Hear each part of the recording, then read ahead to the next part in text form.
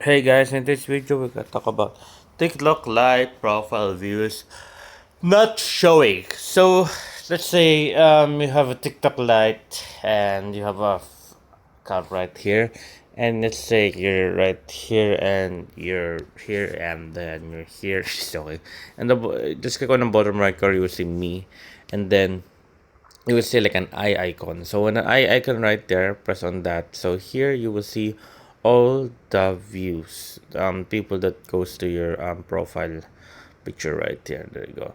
So here, how to turn this on? Well, you can simply just turn it on by just the fastest way by clicking on the eye icon, just clicking on turning on right now, right there, turn on. Or the other thing that you can do, the much more harder way, is go click on the three dots on the top right corner. After pressing the three dots on the top right corner, click on the settings and privacy. After pressing on settings and privacy right here, click on privacy just below the manage account. After pressing on that right there, all we need to do is scroll down. Do you see profile views? Press on profile views right there. After pressing on profile views right there, you will see profile view history. Now you can turn it on.